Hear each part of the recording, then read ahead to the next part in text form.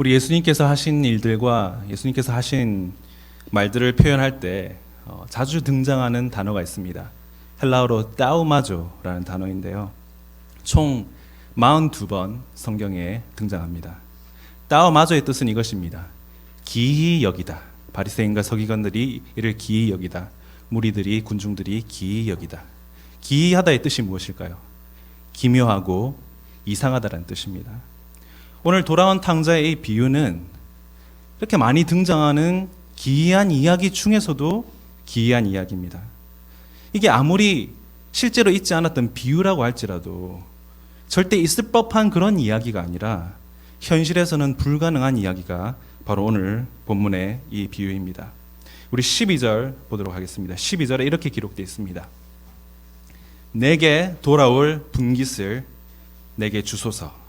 그런데요, 주소서라고 해서 뭔가 꼭 공손하게 부탁하는 것 같지만 실제는 뉘앙스는 절대 그게 아닙니다. 영어 성경에 이렇게 되어 있습니다. Father, give me. 내놔. 이겁니다. 아버지, 내 거 내놔요. Give me my share. 내 목, 내 거 지금 주세요. 뭐죠? 부탁이 아니라 명령입니다. 네. 아버지에게 이렇게 명령하는 아들은 없죠. 이 아들은 지금 명령을 하고 있습니다. 그런데 그것도 그냥 명령이 아니라 아버지가 지금 멀쩡히 두 눈 시퍼렇게 뜨고 살아있는데 살아있는 아버지의 유산을 상속해달라라고 명령하고 있습니다. 당시 제도는요, 아버지가 사망을 하면 그 재산의 3분의 2는 장자에게 돌아가고 나머지 3분의 1은 차남에게 돌아가는데 장자 이외에 차자가 한 명 이상 더 많을 때는 나머지 3분의 1로 나머지 아들들이 또 나눴습니다. 무조건 장자에게는 3분의 2가 돌아가게 돼 있었습니다. 그런데 이런 유산 상속도 절대적인 조건이 있었어요. 그게 뭐냐? 아버지가 사망한 후에야 유산 상속에 대한 일들을 입에 올릴 수 있었다는 것입니다. 아직도 살아 계시는데 유산을 이야기하는 자체가 불경스러운 일이고 불효한 일이었다는 것입니다. 감히 꺼낼 수 없는 말이죠. 그런데 지금 어떻게 하고 있습니까? Give me. Now. Right now. 지금 내놓으십시오.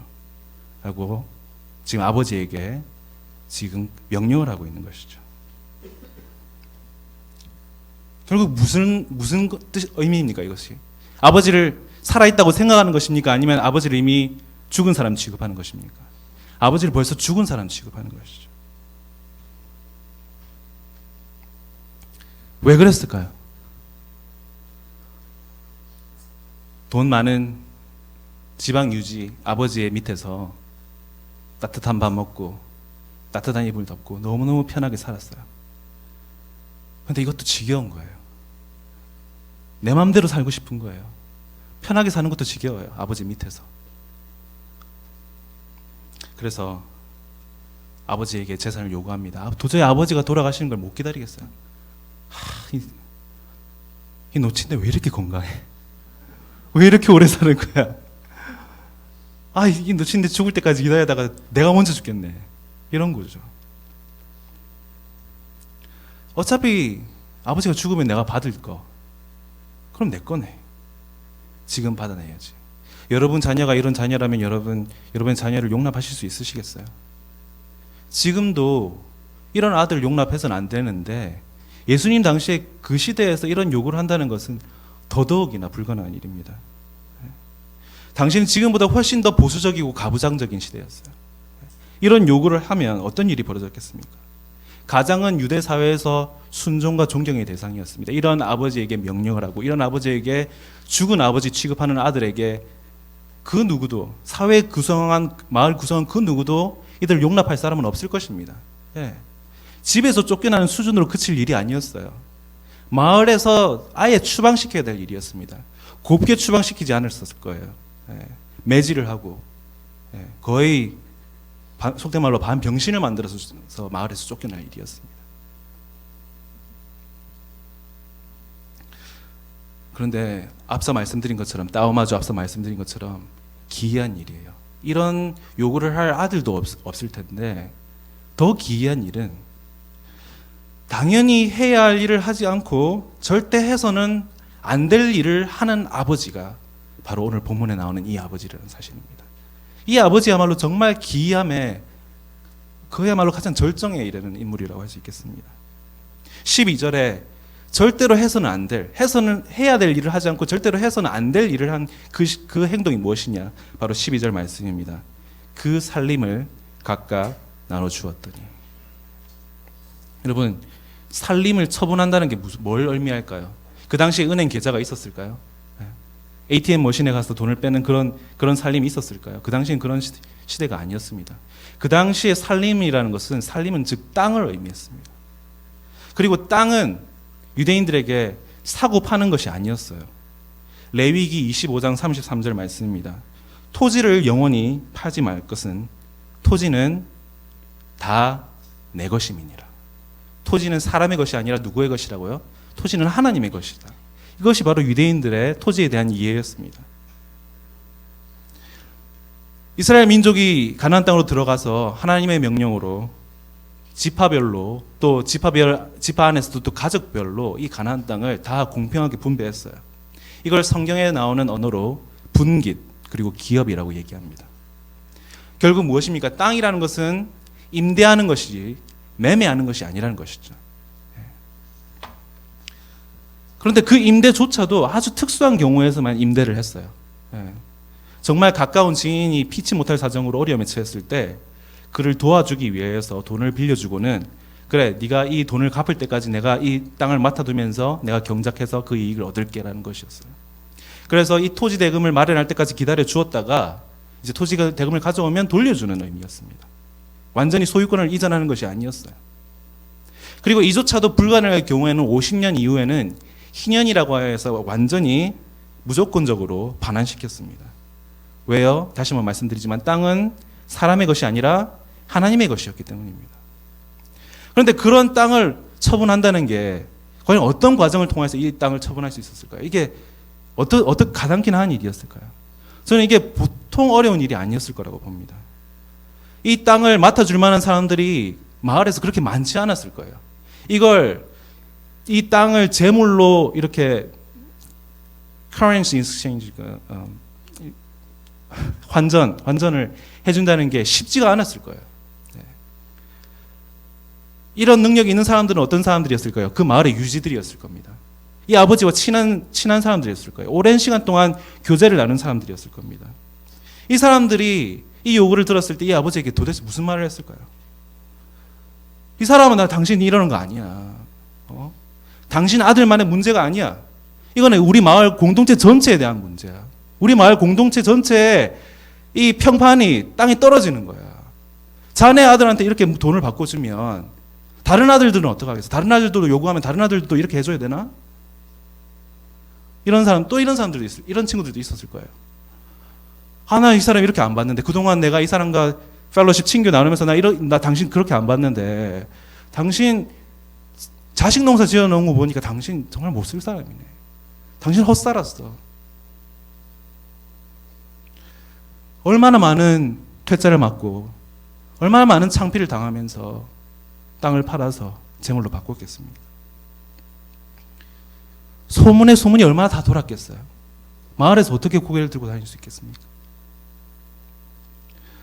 그런데 저는 이 아버지가 가장 마음 아파했던 점은 사람들의 소문 때문에 마음이 아팠던 게 아니라 사실은 더 마음이 아프게 했던 건 따로 있다고 봅니다.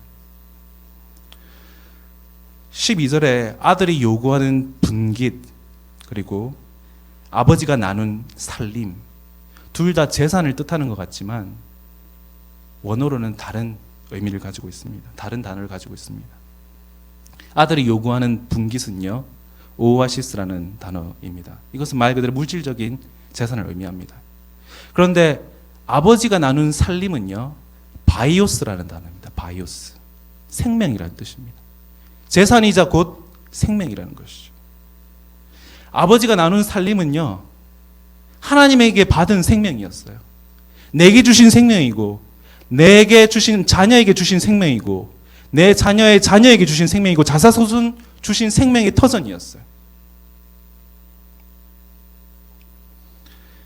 살림을 나눴다는 것은 곧 하나님께서 주신 생명을 나눴다는 거죠. 그러니까 사람들 보기에 창피한 것보다 더 이 아버지의 마음을 아프게 한 것은 무엇일까요? 하나님 보기에 죄송하고 하나님 보기에 부끄러웠던 것이죠. 정말 이렇게 우여곡절 끝에 너무너무 어려운 과정 끝에 간신히 이 땅을 제물로 바꿨어요. 그래서 그 제물을 아들에게, 이 불효자 아들에게 줬습니다. 그런데요, 아버지가 이렇게까지 해줬는데, 아버지가 이렇게까지 희생했는데 며칠이 안 돼서 이 제물을 가지고 집을 떠납니다. 13절에 먼 나라로 갔다 라고 기록하고 있습니다. 여러분, 한국 속담에 이런 말이 있습니다. 집 떠나면 무슨 고생이라고 하죠? 집 떠나면 개고생이라고 하죠. 예. 여러분, 돈을 벌기는 어려워도 쓰기는 쉽습니다. 예. 아들이 마음대로 이 돈을 썼어요. 마음대로 쓰고 흥청망청 쓰고. 근데 눈 뜨니까 어디였어요? 진흙탕에서 돼지랑 뒹굴고 있었어요. 예. 그때야 정신이 번쩍 듭니다. 17절에 이렇게 기록되어 있습니다. 스스로 돌이켜. 영어로는 came to his senses. 센스가 돌아왔다는 거죠. 정신이 돌아왔어요. 그때서야 집이 생각이 나고 아버지가 생각이 났습니다. 진짜 이 아들의 입장에서 여러분 얼마나 마음이 무거울까요? 한 짓은 있고 용서는 받아야 되는데 어디서부터 어디까지 용서를 받을 수 있을까요? 유대 사회는요, 그냥 죄를 지으면 그걸 미안해, 다시는 안 그럴게. 유대 사회는 말로 퉁치는 사회가 아닙니다. 유대 사회는요, 변상을 해야 신원 회복이 이루어지는 사회예요. 속죄양도 마찬가지죠. 죄를 지었으니까 동물을 죽여서 속죄한 것처럼. 양심적으로 자기를 바로 돌아봤을 때, 이거 내가 아무리 내가 뻔뻔하다 할지라도 내가 돌아가서 아버지한테 아버지 저 아들로 받아주십시오라고 할 만큼 자기 얼굴이 두껍지가 않아요. 아들은 도저히 무리예요. 그래서 어떻게 할까? 아버지 집의 종은 어떨까? 아버지 집의 종도 안 됩니다. 왜 그렇습니까? 아버지 집의 종으로 살려면 그 마을 안에 살아야 되는데 작은 아들이 범한 죄는 마을 안에 살 수가 없는 죄예요. 그래서 머리를 굴려서 낸 아이디어가 이겁니다. 아들도 안 되고 아버지의 종도 안 되면 내가 품꾼이 되어야지. 품꾼이 되어야지. 여러분, 품꾼이 어떤 사람들인가요? 품꾼은 조상으로부터 물려받은 기업이 없는 사람들입니다. 그래서 큰 마을에 몰려 살면서 그때그때 일손 부족하면 불려가서 하루 벌어서 하루 먹고 사는 일수를 뛰는 그런 사람들이 바로 품꾼이었습니다. 내가 마을에서는 못 살겠지만 우리 아버지가 나를 불쌍히 생각해서 일을 하청해주면 내가 마을 밖에서 그 일을 해가지고 언젠가는 내가 아버지께 빚진 이 빚을 다 갚아서 내가 신분 회복을 해야지. 그래서 아버지를 만났을 때 여러 가지 계속 리허설을 계속합니다. 가는 길에 계속 먼 나라에서 아버지가 있는 마을로 돌아가면서 고향으로 돌아가면서 계속 리허설을 합니다. 아버지, 저는 아들 바라지도 않습니다. 저는 마을 안에서 아버지 종으로 사는 것 그조차도 바라지 않습니다. 품꾼으로만 삼아 주십시오라고 계속 연습하고 갑니다. 그런데 20절에 아직도 상거가 먼데 아버지가 저를 보고 열심히 연습하고 오고 있는데 아버지가 상거가 먼데 거리가 먼데도 아버지가 이 아들을 봤어요. 그날 우연히 아버지가 이 아들을 봤을까요? 아니면 이 아들이 먼 나라로 떠난 이후로 하루도 빠지지 않고 이 아버지가 마을 입구만 쳐다보고 있었을까요? 마을 입구만 쳐다보고 계셨습니다. 마을 입구만 쳐다보고 계시다가 아들을 봤어요. 그 아들을 보고서요, 아들을 향해서 달려가는데 정말 이 지역사회에 존경받는 유지가 절대 할 수 없는 행동을 합니다. 그 당시 유대인들은요, 거의 발목까지 내려오는 긴 옷을 입고 있었어요. 지체가 높을수록 귀할수록 긴 옷을 입었습니다. 그런데 이 아버지가요, 이 긴 옷을 허리까지 걷어 올리고는요. 그 당시에는 지체 있는 사람은 뛰지 않았어요. 걸었어요. 그런데 그 옷을 허리까지 올리고는 다른 사람들 다 보는데도 그 시선에 전혀 아랑곳하지 않고 아들에게로 마을 입구까지 정신없이 뛰어갑니다.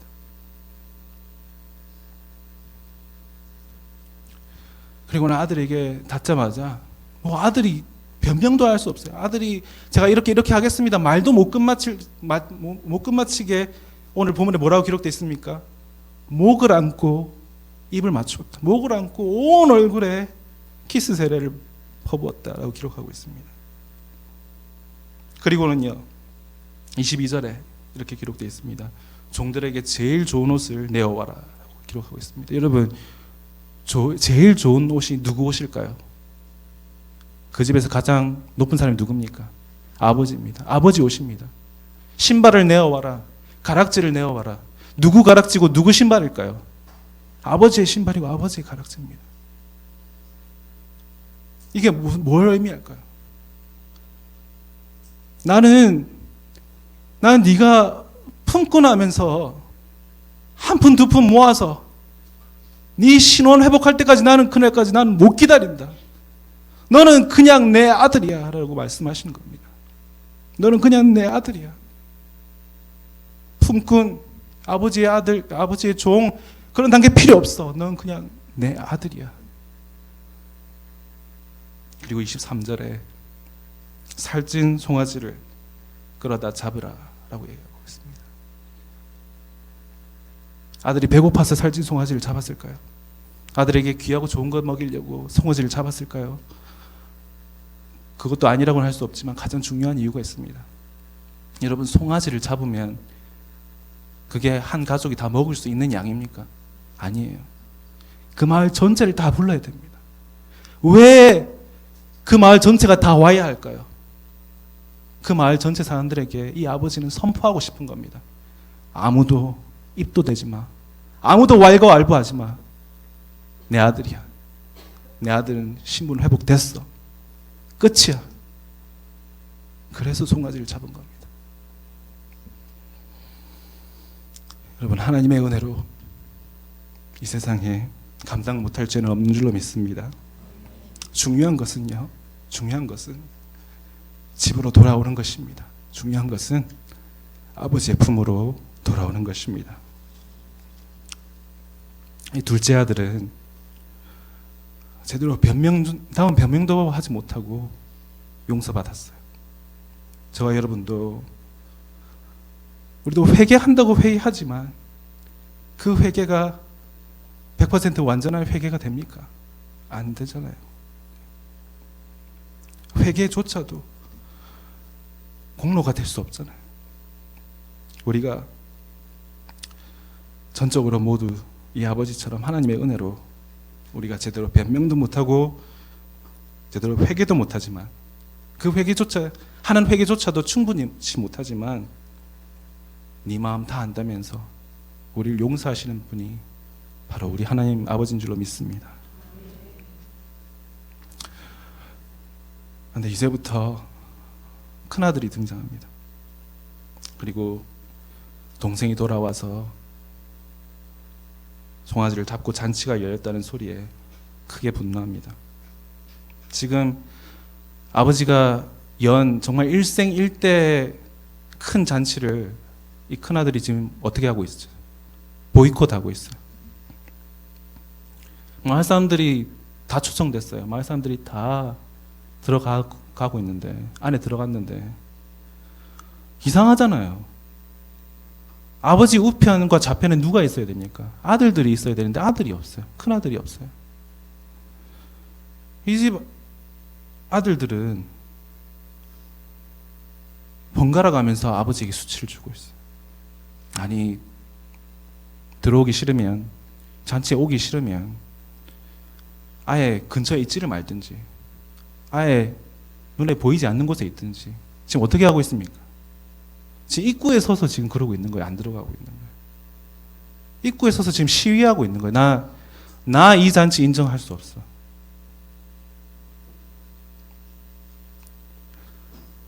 저긴 뭘 못해요. 가장이 까라면 까야죠. 그렇죠? 이런 식으로 아버지에게 수치를 주는 아들은 둘째 아들이 재산을 요구할 때와 마찬가지로 영원히 제명시켜야 되는 행동이었습니다. 그런데 이 아버지는 또 속도 없이 문 밖으로 나와서는 아들 손을 붙잡고 사정사정을 합니다. 제발 여기 서 있지 말고 제발 내 얼굴 봐서 좀 들어봐 줘라. 지금도 들어가는 손님들이 우리 다 쳐다보고 있지 않느냐. 좀 들어와 주라. 아들 손을 붙잡고 사정사정을 하는데 이 아들이 어떻게 아버지에게 응대하고 있습니까? 예의가 없어요. 매너가 없습니다. 존경하는 아버지가 아니에요. 29절 보시면 이게 한글 성경에는 빠져 있지만 원어와 영어 성경에는 이렇게 기록되어 있습니다. Look, you. Look, you. 봐, 당신 이러는 거 아니야 라고 나와 있어요. Look, you. 이거 봐, 당신. 나는 염소 새끼조차 아까워서 불린 내 재산인데 당신이 살찐 송아지를 잡아? 근데 사실 송아지 그 깎아 죽일 수 있어. 근데 송아지를 통해서 당신 둘째 아들을 신분 회복시켜줬잖아. 뭘 하겠다는 거야 지금? 나랑 어쩌겠다는 거야? 지금 당신 둘째 아들한테 재산을 3분의 1을 떼줘서 안 그래도 재산이 지금 3분의 1로 줄었는데 지금 신분 회복을 시켜주면 남은 3분의 2에서 또 3분의 1을 떼주겠다는 거야? 이게 내 재산인데?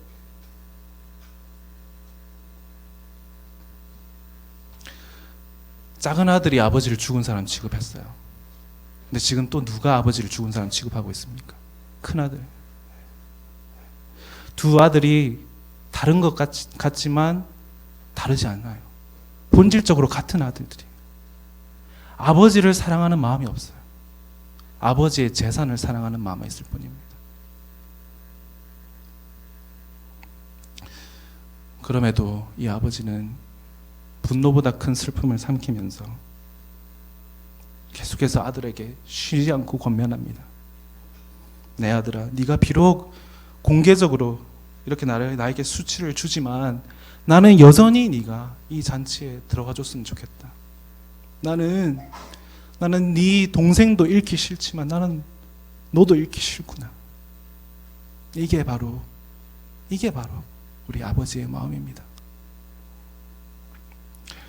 여러분, 오늘 본문은 돌아온 탕자의 비유로 알려져 있지만 사실 정확한 비유의 명칭은 따로 있습니다. 바리새인과 서기관들에게 예수님께서 시리즈로 3편 연속으로 비유를 말씀하시는데 첫 번째 비유가 잃은 양 비유였고요. 두 번째가 잃은 드라크마 비유였고요. 세 번째가 오늘 비유입니다.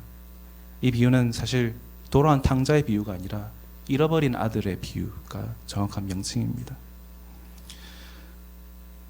이 잃어버린 아들의 비유에서 진짜 잃어버린 아들이 누구일까요? 잃어버린 아들은 둘째 아들이 아닙니다. 둘째 아들은 잃어버린 아들이 아니라 돌아온 아들입니다. 진짜 잃어버린 아들은 누구죠? 첫째 아들, 큰 아들입니다. 여러분, 저는 이 큰 아들의 이야기가 너무나도 우리의 이야기인 듯합니다. 왜 그렇습니까? 우리가 이 큰 아들이 아버지 곁에서 밤낮으로 일해도 우리가 매주 우리가 기도 생활하고 예배 생활해도 우리의 몸이 교회에 있어도요, 우리가 철저하게 잃은 아들이 될 수 있다는 사실입니다. 오늘 본문 말씀의 대상은 앞서 말씀드린 것처럼 2절에 나오는 바리새인들과 서기관들입니다. 여러분, 바리새인들과 서기관들, 저는 이분들 얘기가 나올 때마다 이분들이 제일 불쌍해요. 저는 이분들이 제일 안타깝습니다. 이 바리새인들과 서기관 중에 한 명이었던 착한 부자 청년이 이렇게 얘기했잖아요. 어릴 때부터 계명을 지켰습니다. 저는 이게 정말 솔직한 고백이라고 생각해요. 저는요, 정말 이분들이 정말 불쌍했으면 불쌍했지, 정말 이분들 무시할 수 없습니다. 저희는 행위로서는 이 바리새인들과 서기관들의 발 뒤꿈치도 따라갈 수 없어요. 세상에 역사 속에서 이렇게 착하고 이렇게 바르고 이렇게 의롭게 살았던 사람이 없었습니다. 문제는 그렇게 착하게 살고 그렇게 의롭게 살았던 것이 은혜를 막아버렸어요. 이런 의로운 삶이 은혜 받는 걸 막아버렸습니다. 로마서 5장 20절 말씀입니다. 율법이 들어온 것은 범죄를 더하게 하려 함이라. 그러나 죄가 더한 곳에 은혜가 더욱 넘쳤나니. 여러분, 율법을 바울사도는 몽학선생이라고 얘기했습니다. 몽학선생은 파이스 아고고스라고 해서, 파이스는 어린아이고요, 아고고스는 선생님입니다. 아이들이 가르치는 선생님이라는 겁니다. 아이들이 장성하면 필요 없어요. 기한이 있는 직분이 몽학선생입니다. 율법의 역할은 따로 있어요. 율법의 역할은 우리를 그리스도로 인도하는 것. 좀 더 구체적으로는 율법은 우리를 그리스도의 은혜로 인도하는 역할.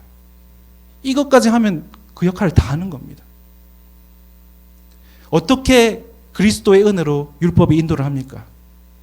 율법을 지키려고 애를 쓰고 노력하고 해보고 다 해볼 거 다 해봤어요. 해봤는데 아무리 해봐도 안 되더라. 내 능력으로는 해봐도 안 되더라. 은혜밖에 없더라. 그리스도밖에 없더라.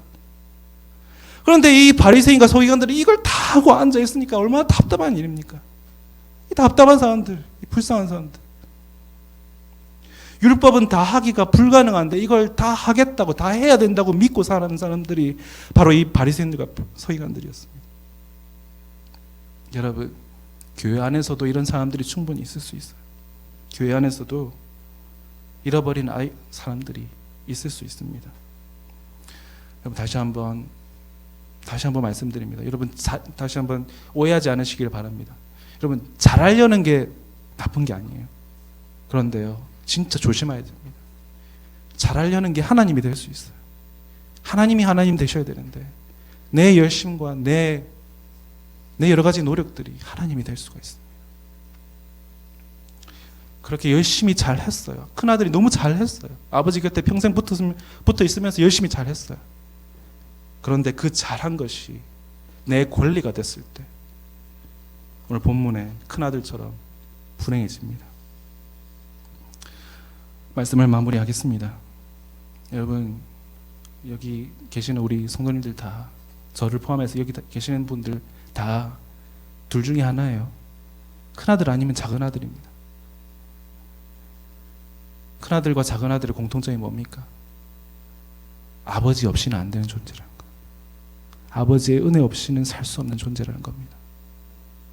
우리가 이런 기이한 아버지가 있기 때문에, 이런 말도 안 되는 현실에서 존재 불가능한 말도 안 되는 아버지가 있기 때문에 우리가 아들 노릇하고 살 수 있는 겁니다. 여러분, 저와 여러분은 방황해왔고 방황할 것입니다. 작은 아들처럼 먼 나라로 떠나도 저와 여러분에게는 작은 아들처럼 돌아올 때가 있습니다.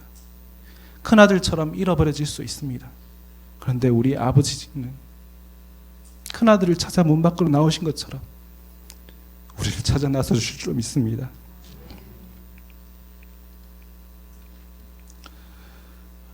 우리나라 말에, 한국어에 아빠라는 말이 있죠. 네, 아빠라는 말. 아람어로 아빠는 아바입니다. 아바.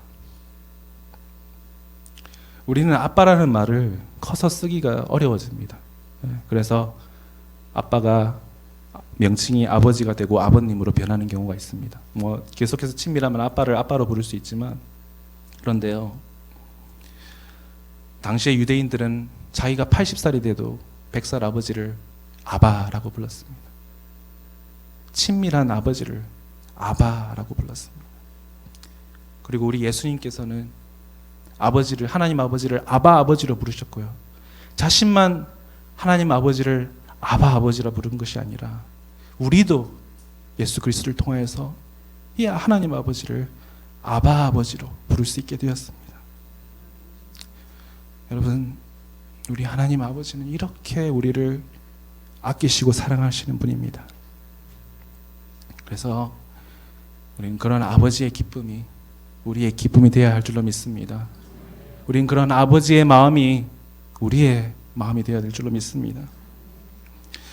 여러분, 우리 기도하실 때 우리가 한 해를 마무리하면서 정말 우리가 이런 아버지의 마음을 아프게 한 일은 없었는지 우리가 회개하기를 원합니다. 또한 다가올 새해에는 이런 아버지를 더욱더 사랑할 수 있게 해달라고 기도하기를 원합니다. 우리 함께 기도하고 또 제가 기도 제목 드리고 함께 기도하도록 하겠습니다. 기도하겠습니다.